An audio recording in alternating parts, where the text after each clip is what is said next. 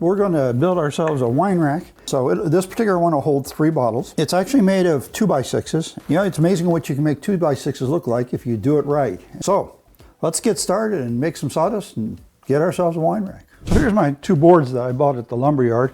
As per usual, this is construction grade lumber. They've got knot holes, and actually these are pretty clean for construction grade lumber. I don't have any wane. I don't have any of the bark edge here, okay, to deal with. But I do have knot holes, which I really don't want in my finished piece. Here on this edge, I can feel where they did the round over the corners, and the bit cut a little bit into it, so I've got to deal with that.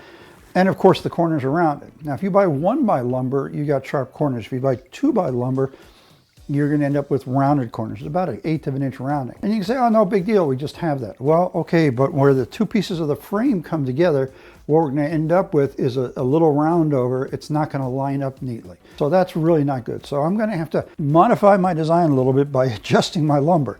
What I'm going to do is I'm going to trim the 2 outside edges. And then I also need to plane a little bit because there's a little bit of cupping to these boards, and I need to get rid of that cupping. So here's what I got to do. I've got to select which parts of this lumber I'm going to use and cut my pieces. Now I'll have to cut them too long because when I run them through the planer, there's a high probability of a little bit of snipe at the end.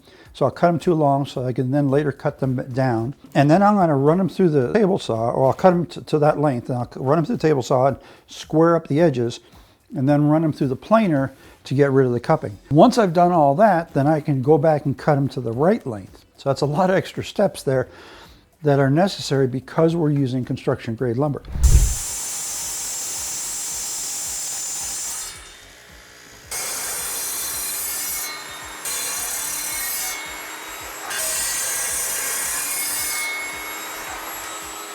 The design calls for putting this together with pocket hole screws, which is a great way to assemble something like this, especially if we can keep the screws hidden. Now, in this particular case, we'll be plugging the holes, so keeping it hidden isn't quite as important. Nevertheless, you know, the more we can keep it hidden, the better off we are. I've gone ahead and marked the center line of my top and bottom because that's the piece the screws are going to be going through, and that's the pieces I've got to drill. It isn't absolutely essential that the screws be centered, but it's just more attractive. It's just doing things the right way, you might say, okay? I've set up my jig for 1.5 inch thick material, and I've set my drill bit for that, so time to drill some holes.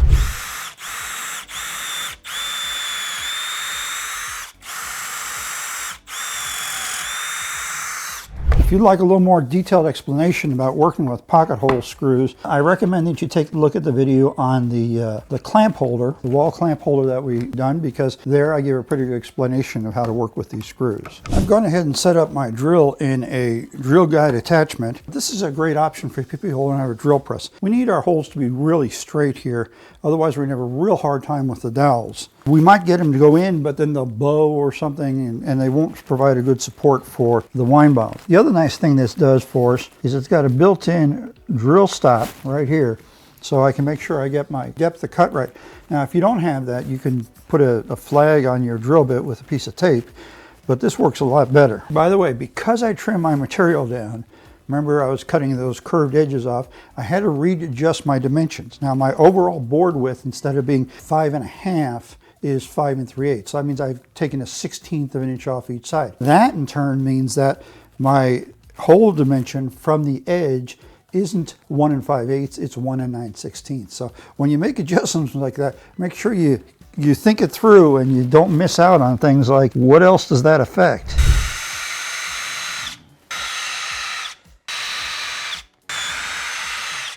After you cut off your dowel rods, take a piece of sandpaper and just run it around, because you're probably going to have some shavings sticking off the end there.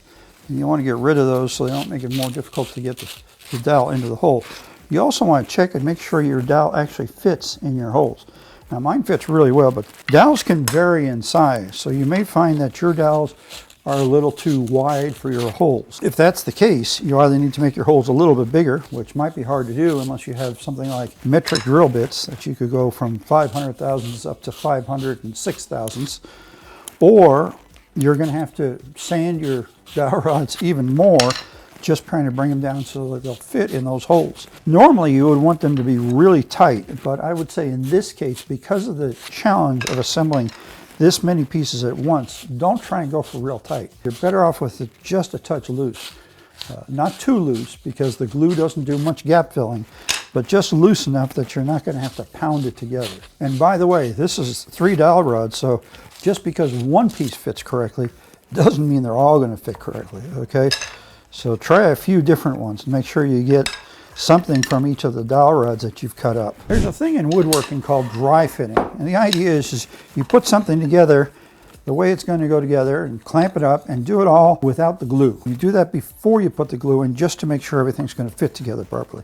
And this is a great project for that, because we've got so many pieces that have got to go together all at the same time. It's not like we can do part of it and then another part of it. We've actually got to put everything together all at the same glue up. So what I want to do is get my dowel rods in place. Here's my bottom piece. Now there's more space between the dowel rods and top because the bottle's got to fit there. So this is my bottom piece. Now I'm going to go ahead and set it in here.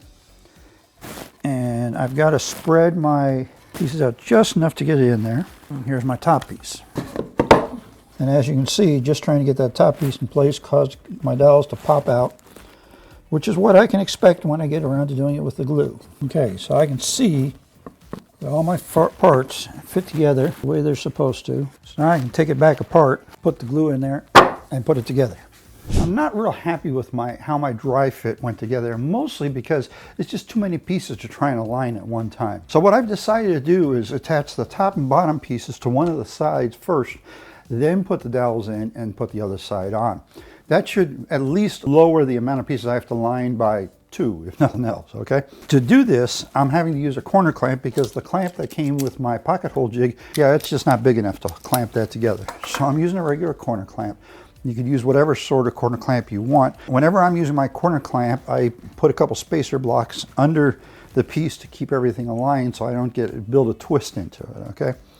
The other thing I'm going to go ahead and do is I'm going to go ahead and glue the joint, even though in reality pocket holes screws are strong enough to hold it together without glue. But on the other hand, in tests that have been run, it has been found that pocket holes used in conjunction with glue do form a stronger joint.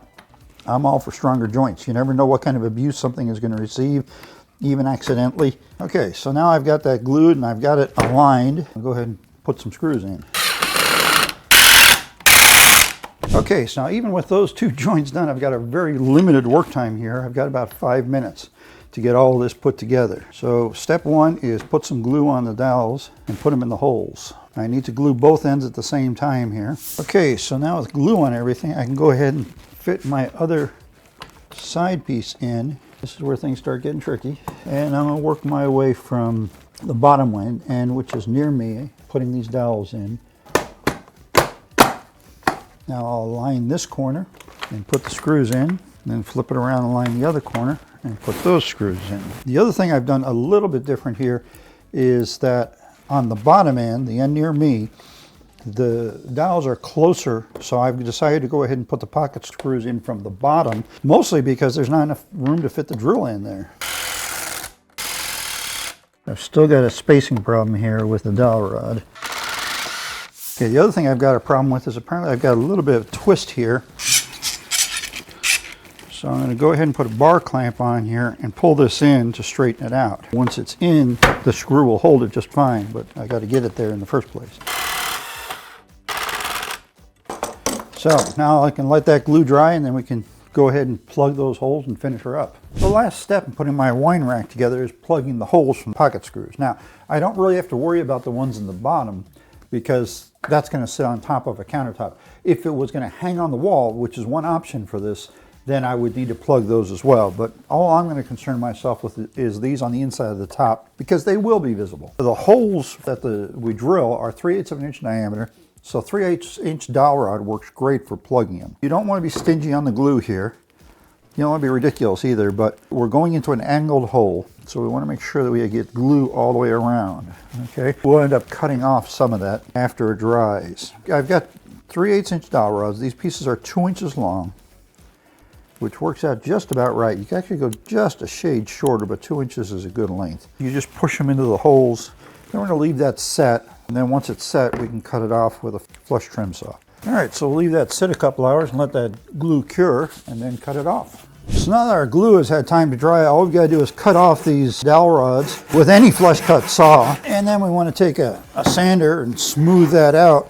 We'll sand this down smooth, and then once we finish it, you won't even be able to find that. Especially considering that that's going to be up on top like this, where people really aren't going to be looking. So here's our finished wine rack. Yeah, granted, I still need to stain it and varnish it, but we've taken simple lumber. We've taken 2x6s, regular construction grade lumber, and turned it into something that once it's finished, once I get some stains and varnish on it, it's going to really look nice. It doesn't look like construction grade lumber, does it? You see, it's all about how you do it. It's all about how you treat the lumber. You're selective about your cuts. You get rid of the bad knot holes. You clean up the surfaces so you've got something nice, sand it well, and you can make it look good. So, put our wine on there, set it by the table, and let our guests see that, yeah, we're a little more sophisticated than they thought we were.